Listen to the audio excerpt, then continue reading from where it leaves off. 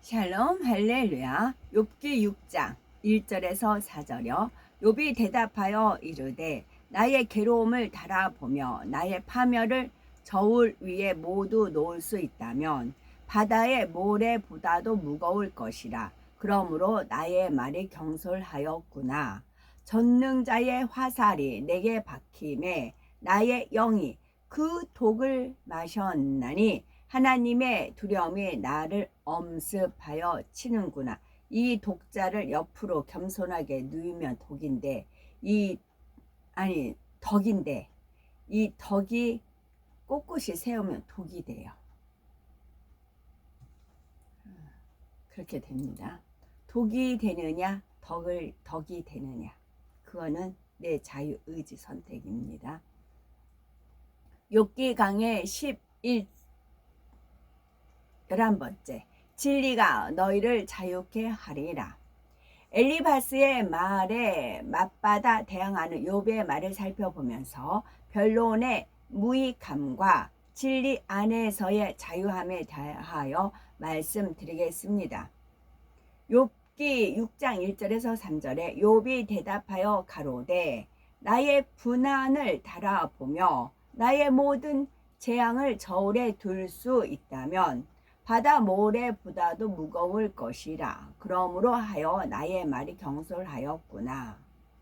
분한이라는 것은 분하고 한스러움을 뜻합니다. 욥은 너무나 원통하고 분이 나며 한스러웠기에 자신의 분한이 바다 모래보다도 더 무겁다고 표현을 합니다. 재산과 자녀를 다 잃고 악창으로 심히 고통받고 있는 욥을 친구들이 위로해 주는 것이 아니라 불난 집에 부채질 하듯이 하나님 말씀으로 계속 질타를 합니다. 욥은 스스로 생각하기에 정직하고 악이 없는데 친구는 욥에게 자꾸만 악하다고 책망을 하니 분이 극에 달한 것이지요. 성경을 보면은 하나님께서 분내고 혈기 내는 것을 얼마나 기뻐하지 않으시는지를 알 수가 있습니다. 하나님께서는 분을 품어도 해가 지기 전에 버려야 하며 누가 오른편 뺨을 때리면 왼편도 돌려대라 라고 하셨고 원수까지도 사랑하라 말씀하셨지요. 때로는 믿음의 형제들 간에도 서로 내가 옳다고 자기 주장을 하다 보면은 부딪히고 감정이 나서 상대의 마음을 찌르고 혈기까지 내는 것을 볼 수가 있습니다. 이는 사단을 불러들이는 어리석은 행위이며 원수 마귀를 기쁘게 하는 것임을 깨달아야 합니다. 하나님의 말씀에 비춰 옳고 그름을 분별하는 것은 필요하지만 자기 의와 자기 틀 속에서 자기를 주장하며 분쟁을 일으켜서는 안 되지요. 비진리가 아니면 상대의 의견에 맞춰주며 진리 안에서 서로 순종하는 것이 하나님의 뜻입니다. 교회에는 오직 화평과 질서와 순종이 있어야 하므로 서로 자신이 옳다고 고집하며 변론하는 일이 없어야 합니다. 만일 누군가의 언행이 진리에 어긋난다면 권면하되 변론하고 다투어서는 안 됩니다. 상대에게 권면을 해도 계속 진리를 위배한다면 하나님께서 친히 역사하시도록 맡겨야 하며 교회 안에서는 정해진 질서를 따라 치리하도록 해야 합니다. 하나님의 말씀을 선포하는 제단에서 서로 논쟁하고 변론한다면 이는 하나님을 대적하는 행위이면서 사단의 회를 만들 수도 있는 것입니다.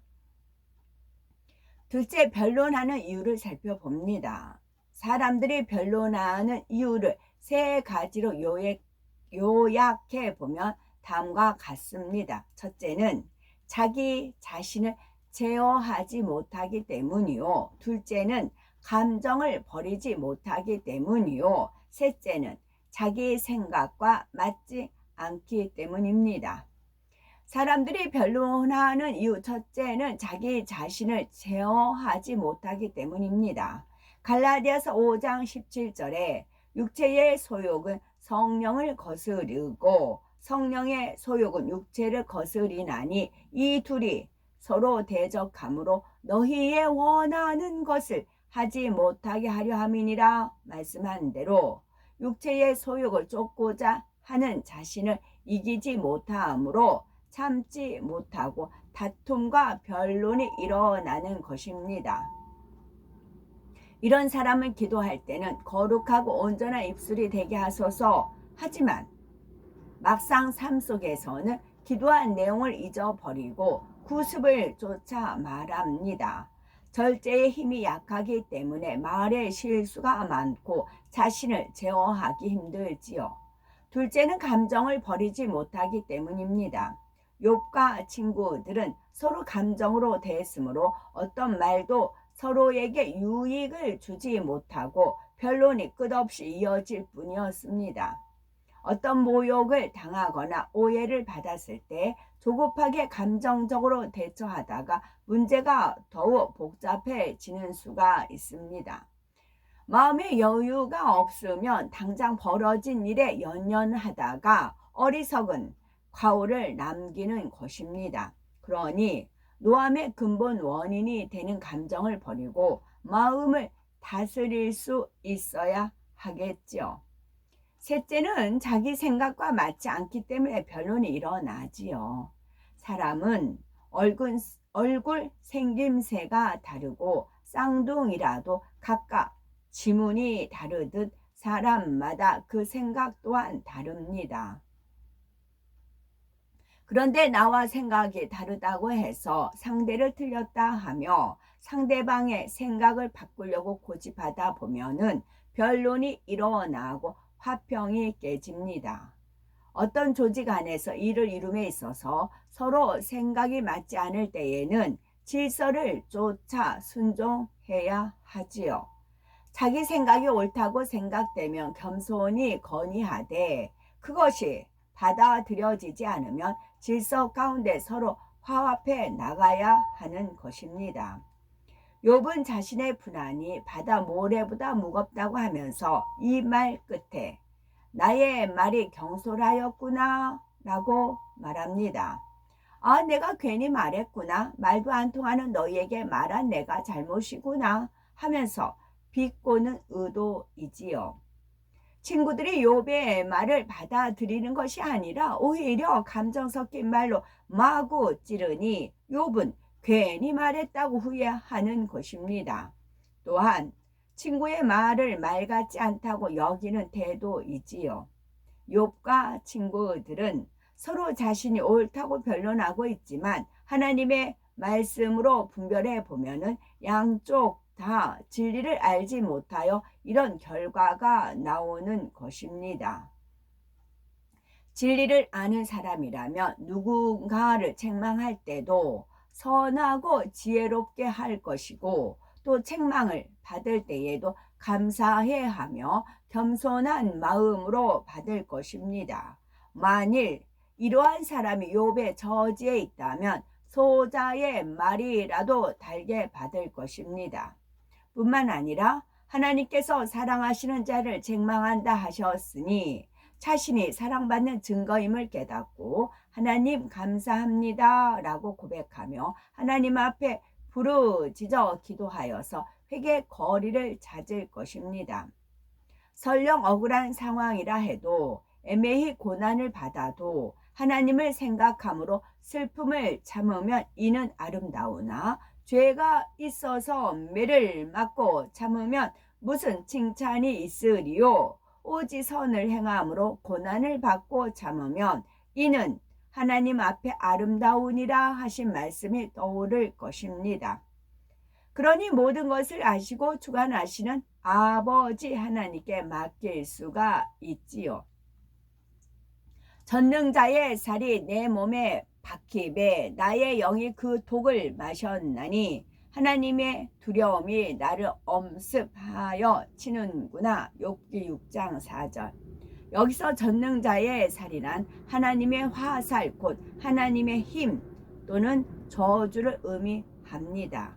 욥은 하나님이 쏜 화살에 맞아서 자신의 영으로 즉 마음으로 그 독을 마셨다고 하는 것입니다. 하나님께서 자신을 저주하여서 힘으로 치신 것이라고 마음에서 믿어졌다는 뜻이지요. 욥은 하나님이 자신을 징계하시고자 예정해 놓았다가 이유도 없이 그 큰 힘으로 쳤다고 오해하고 있습니다. 그러나 하나님은 사랑과 공의의 하나님이십니다. 사랑하는 자녀에게 마음껏 축복하고 응답해 주고 싶어 하는 분이시지요. 악한 부모라 해도 구하는 자녀에게 나쁜 것을 줄 리가 없는데 하물며 사랑의 하나님께서 구하는 자녀에게 어찌 누르고 흔들어 넘치게 주시지 않겠습니까? 욥은 이러한 하나님의 사랑과 공의를 알지 못하기에 평소 하나님을 두려워했습니다. 그러므로 하나님의 두려움이 나를 엄습하여 치는구나 라고 말합니다. 두려움이 잠시로 끝나지 않고 계속하여 밀려든다는 것이지요. 욥이 율법을 통해서 배우고 들었던 하나님은 홍해를 가르신 전능하신 하나님이신 동시에 애굽에 무서운 열장을 내리신 심판의 하나님이셨습니다. 저주할 자를 예정하여 저주하시는 무서운 하나님으로 알고 있었기에 욥은 하나님을 두려워하는 마음으로 범죄를 드리고 섬겼던 것입니다. 그러니 하나님께서는 욥의 잘못된 생각을 깨뜨려 사랑의 하나님이요 공의로우신 하나님이심을 깨우쳐 주고자 연단을 허락하셨던 것입니다. 정령 마음에서 우러나와 하나님을 사랑하고 사랑받는 관계가 될 수 있도록 하신 것이지요. 욥은 이러한 과정을 통해서 하나씩 비진리가 벗겨지고 깨져 나감으로써 성결되어 갑니다. 우리도 욥기 말씀을 통해서 내 자신을 발견해 나가면서 진리에 위배된 것을 벗어버리고 진리의 자유함을 누려야 되겠죠. 세 번째, 진리 안에서의 자유함. 예수님께서는 요한복음 8장 32절에 진리를 알지니 알아야 자유케 돼요. 진리를 알지니 진리가 너희를 자유케 하리라. 진리인지 비진리인지도 구분이 안 돼요. 그러면 자유케 안 돼요. 진리를 이게 딱 진리다. 그럼 그 진리에 나가 딱 들어가 있어요. 그럼 진리가 나를 지켜주셔서 자유롭게 된다고. 진리는 예수 그리스도잖아요. 내가 곧 길이요 진리요 생명이니 하셨잖아요. 그래서 예수님 안에 들어가 있으면 우리는 자유함이 주어지는 거라고요. 진리를 알지니 진리가 너희를 자유케 하리라 말씀하셨습니다. 진리를 안다는 것은 진리인 하나님의 말씀을 지식으로만 알 뿐만 아니라 실제로 행한다는 뜻입니다. 나라마다 법이 있고 회사에는 사규가 있으며 교회에는 교회법이 있어서 각각의 조직에서 통용되는 법이나 규범을 지켜야 하지요. 이러한 것에 몸에 배인 사람은 누가 지시하거나 명령하지 않아도 자연스럽게 지켜 행하니 오히려 법으로부터 자유함을 얻고 보호를 받게 됩니다. 마찬가지로 하나님의 말씀을 지켜 행하는 사람은 하나님 앞에 당연히 행해야 할 본분을 행하기에 전혀 힘들지 않습니다. 진리로 무장하여 진리 가운데 살아가니 당연히 진리 안에서 자유함을 얻게 되는 것입니다. 이러한 사람들은 하나님의 계명을 지킬 때 기쁨과 감사함으로 지킵니다. 그러나 믿음이 연약하여 진리의 자유함을 누리지 못하는 성도들은 욥과 같이 두려움 가운데 계명을 지키는 경우가 많습니다.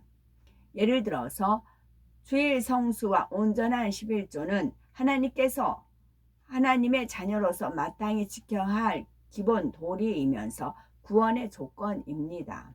주일 성수는 하나님의 영적 주권을, 11조는 물적 주권을 인정하는 행위이며 예수 그리스도를 믿는 하나님의 자녀라는 증거이지요. 따라서 우리가 주일을 거룩히 지키고 온전한 11조를 드릴 때 하나님께서는 우리를 지켜 주시고 축복하십니다. 이처럼 주일 성수와 온전한 11조는 구원의 조건이며 축복의 비결이기 때문에 믿음이 있는 성도들은 기쁨으로 지키는 것입니다.